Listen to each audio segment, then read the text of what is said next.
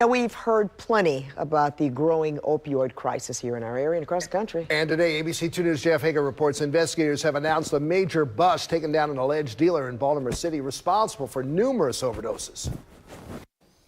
You would probably think it would be a seasoned dealer busted with more than $400,000 in cash and almost a kilo of heroin. But this suspect is just 23 years old.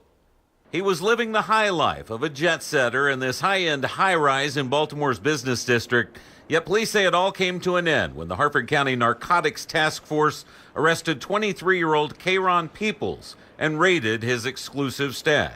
For a young man to have close to $500,000 in cash to include the assets, we also seized two very expensive high-end watches. One of them is preliminarily valued at over $70,000. The other watch is valued at over $20,000. We're waiting on those appraisals to come back, as well as the cash was actually stored in Louis Vuitton bags. While the sight of that much cash may grab your attention, it's the 900 grams of heroin, which carries the highest stakes. Investigators say once the drug's cut, sometimes with potentially deadly fentanyl, that translates into as many as 9,000 gel caps.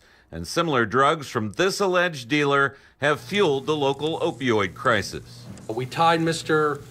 Peoples to several overdoses here in Harford County, Baltimore County, Carroll County, as well as the Eastern Shore. To date, we have 6 non-fatal overdoses tied to that individual. Police initially arrested Peoples in early December and discovered his stash then. But it took almost a month before they could get a federal indictment returned that should keep him off the street. If they're charged down in Baltimore City, we've seen, unfortunately, there's lesser sentences, just like he was initially put in Baltimore City through central booking on $50,000, and he posted the next day. I think that's absurd. I think that's a disservice to our community.